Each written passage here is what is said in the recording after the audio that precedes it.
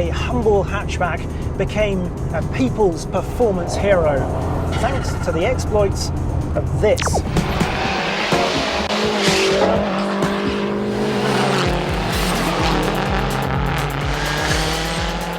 Now this world-beating Group A car inspired this restomod. This is the Maturo Stradale, and today we get to test it on the road and on a rally stage. And yes, we've brought a stopwatch.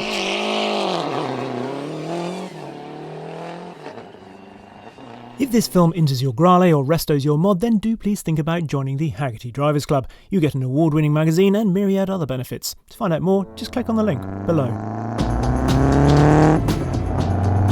Now you might think that the story of the high-performance Delta is inextricably linked to rallying, but that's not actually entirely the case. It didn't spring forth from the connection with the World Rally Championship.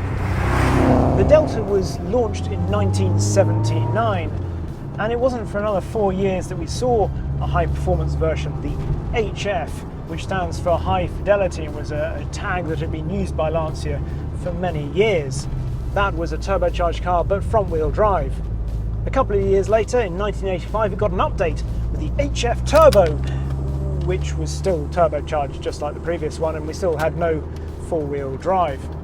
As a marketing exercise, it was unveiled alongside the wild Delta S4 Group B rally car, but as we know, the only parts they shared were the grille, windscreen and rear lights.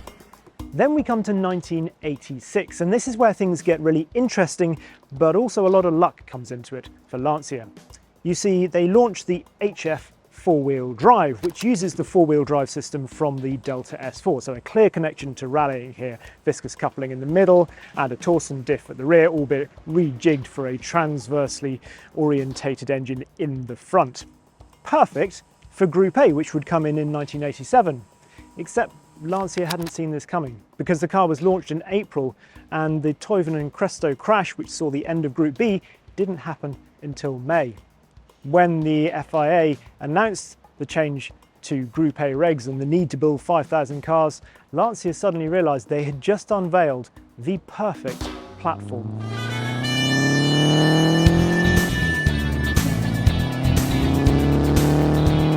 So the HF four-wheel drive wasn't launched with the idea of homologating a rally car. It was just, well, very convenient timing. Lancia had invented the world's first four-wheel drive hot hatch, with its 2-litre Lampredi twin cam producing 165 brake horsepower and 193 pounds-feet of torque. And now they needed to hurry up and build 5,000 of them by the following January to satisfy the new Group A regulations and enter the first round of the World Rally Championship in Monte Carlo. They did, just about, as long as you weren't too fussy about the types of turbo. Anyway, once the right place, right time HF four-wheel drive had been homologated, Lancia immediately set about improving it, this time with a much more intentional eye on going rallying. First we had the 8-valve integrali, which gave us some arches and obviously more power. Then we had the 16-valve version of the integrali, which, well, was interesting really because it was the first rear bias torque split in the four-wheel drive system. So instead of 56 going to the front and 44 to the rear, now it's 43 to the front and 57 to the rear. Finally, in terms of homologation specials, we have the Integrali Evo, which is what this is. Developed for the Jolly Club team to run in the 1992 World Championship after the factory stepped back at the end of '91, this Delta had 207 brake horsepower and 224 pounds-feet of torque, plus wider tracks, raised front strut towers with a brace, and more aggressive bodywork, all designed to help the rally car stay competitive. One fact you might not know is that its wider rear arches were originally designed to house rear-wheel steering, and a test car was even built with the system. I should also mention that there was of course an Integrali Evo 2 road car, but that wasn't actually a homologation special. I've driven a couple of Integralis in the past, and the thing that I suppose struck me straight away when I got into both of those and this one is just, well, how high up you sit for a start, looking down over that dash, which kind of gives you quite a nice view out, but feels a little unsporting perhaps. The main impression with this is that it feels quick. All that turbocharged punch is definitely there, but it doesn't feel particularly taut. in its day, you can see how this was a great hot hatch.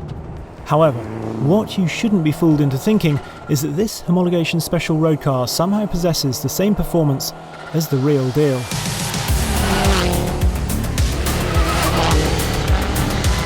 Wow, this is so cool. We have our own closed stage in Belgium. This is an actual bit of stage from the Ypres rally. I love rallying. It's the first time I've been back on the stage for a while. It's just the best feeling because this is not a circuit with run-offs. The feeling of speed is extraordinary.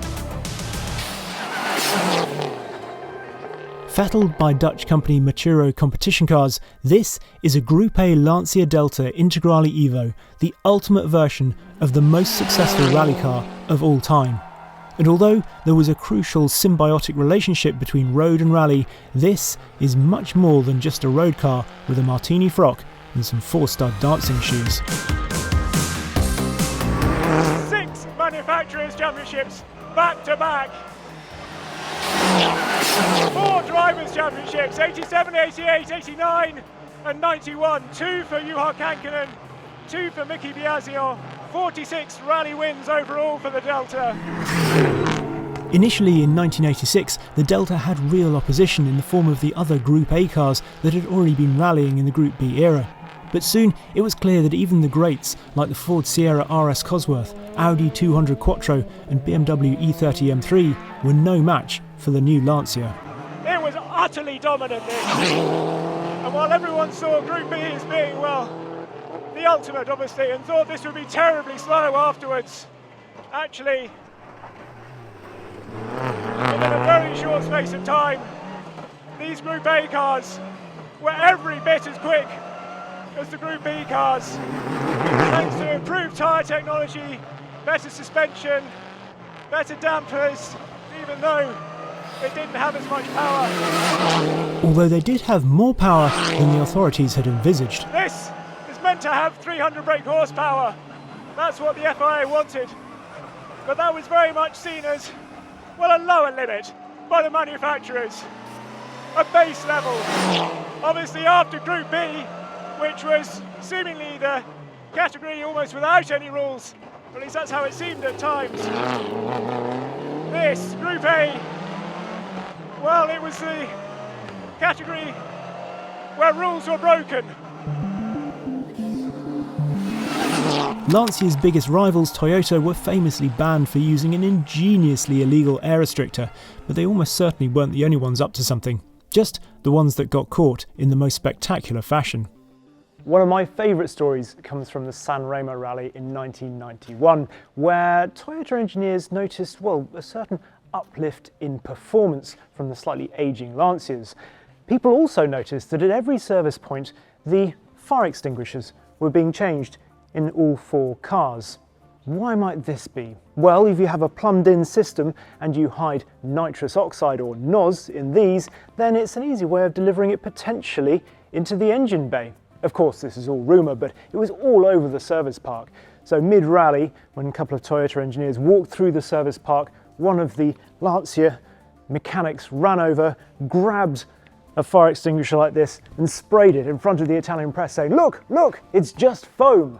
However, when the Toyota engineers suggested he might get one from the plumbed-in system in the car, he quietly declined.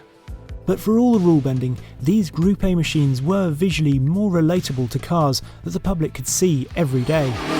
I love the fact that this still has the road cars sort of trim in here.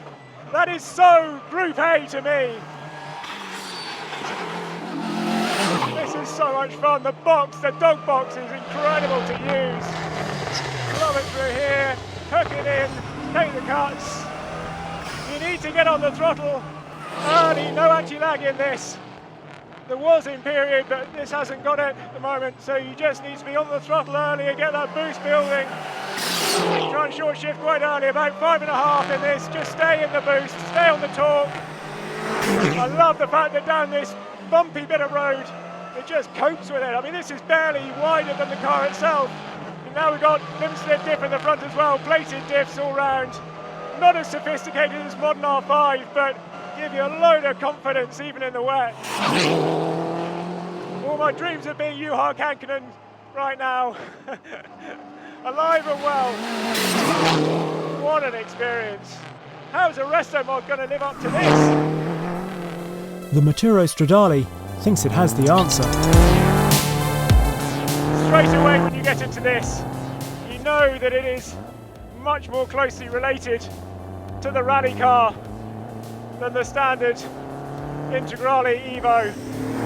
The stiffness of everything, I suppose, and the positivity that really stands out. Where to start? Well, I suppose with the seating position, which is obviously so much lower, and this wonderful bucket seat. Actually, the wheel is probably a little bit too high now, sort of pointing out where I would have been in the standard road car. But I don't mind.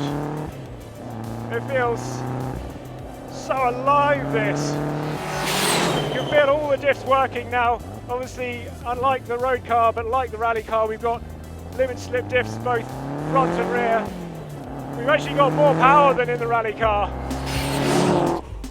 About 360 brake horsepower since you ask, and around 330 pounds-feet of torque.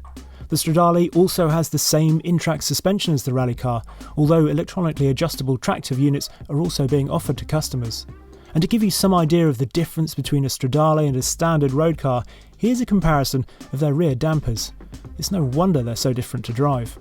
The Stradale's full roll cage, the brakes, the gearbox, the pedal box, the steering, it's all inspired by or taken directly from the rally cars that Maturo has spent years fettling and developing. Add in carbon fibre bodywork that saves 50 kilos, make some very subtle aesthetic changes like the rear lights and the supports for the wing, and this is the £400,000 result.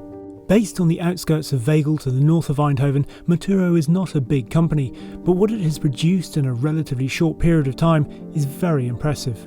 What it's got coming next looks pretty exciting too. And even though the company's background is firmly in motorsports and this Stradale is a pre-production prototype, the execution and attention to detail is so impressive. I also like the fact that the practical side of this 5-door hot hatch has been preserved, with the diagonal bar in the back removable to allow access to the retained rear seats. It's a family rally car. Things that need changing. Well, these mirrors, because you can't see anything out of them at all, but they know that. This doesn't have working aircon, so they need to change that. And they also want to give it just a bit more sound deadening in here, because this literally just has carpets, and whilst it's fine on the rally stage with a helmet on the road, it's just a bit too loud, I think, a bit too raw. There's so much boost, like there was in the standard road car, but now you really feel like you can use it like that. You kind of want to get on the power early, really need to be in the right gear to make sure that you make the most of that boost. Just get on the throttle a little bit early to make sure you're powering out of the corner properly. It's a great gear shift in this tall lever, which feels absolutely connected. You can see the ball joint down at the bottom of it. We've got unassisted brakes in here, which, as always, just a little bit of getting used to. But then you realise there's a lot of confidence to be had from them. And because you've got the four-wheel drive, again, you feel like you can really lean on them even through this muddy farmyard here. And you've got the confidence and stability. Tuck it in there. Work with the four-wheel drive. It's not that sophisticated, perhaps, but once you've got an idea of what it wants to do, you can trust it. This also has this science rack, so it actually has a quicker rack than the rally car, something that was developed for the later versions. This feels really quick down here. I wonder how quick it is. Like, I wonder if we put a proper rally driver in this and the rally car, what the difference would be. I think we should find out. So this is our proper rally driver, one who has competed in the World Rally Championship and actually won Rally Ypres on these very Heuveland roads in 2017. This is Kevin Abbring. Our test stage might be short, but with surface changes, quick sections and the quintessentially Belgian 90-degree or square corners, it's a really good, tight, condensed test. Up first, it's the full-blown rally car.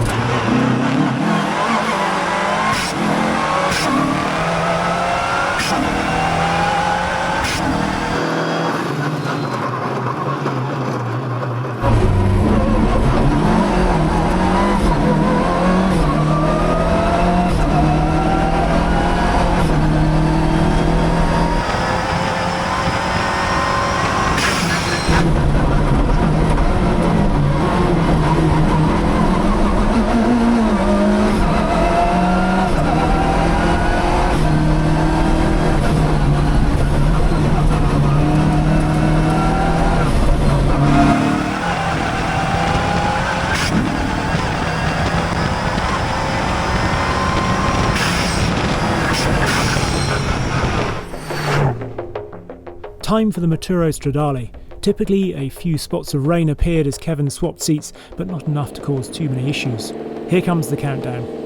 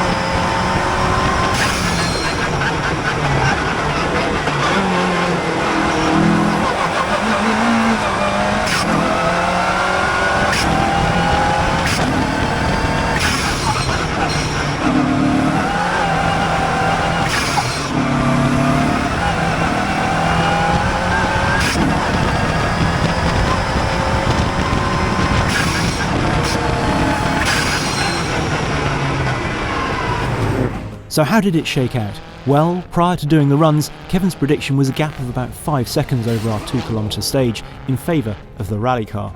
In actual fact, it was just 2 seconds, and with the same tyres, he reckons it would have been level pegging. It is staggering how capable this is. You might think that this shouldn't get anywhere near the rally car, but I'm not surprised it does. We've obviously got longer gearing, as you can hear, but more power. The grip is astonishing given it's on road tyres. They could have put this on the tyres that the rally car runs on because this has 4-stud wheels, but we kept it on the road tyres, so it's on Michelin PS4s, and that's just incredible, I think, the time it's put in. What a thing. And the customer cars will be even faster when you press one particular little green square. Possibly my favourite button of any car I've ever driven is the one just down here, which says U-Ha. It has a U-Ha mode. When you press U-Ha, sounds a bit weird, but still so cool, you'll get extra power, up to 400 brake horsepower from the 360 in this. So how to sum this car up? Well, it's very much in the vein of other rally car resto mods. Things like the ProDrive P25 or the MST Escort that I drove. They feel in some ways much closer to rally cars than road cars. The NVH is, well, sort of pretty atrocious, but also pretty wonderful, depending on your point of view. But what I love with all of them is that they have this real authenticity, just as P25 feels like that early era of WRC car. And the MST Escort is, well, every bit a Group 4 Mark II, Mark 1 Escort.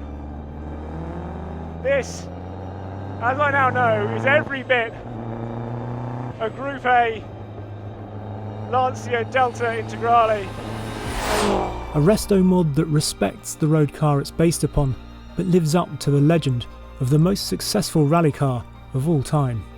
It's hard to pay a car much more tribute than that.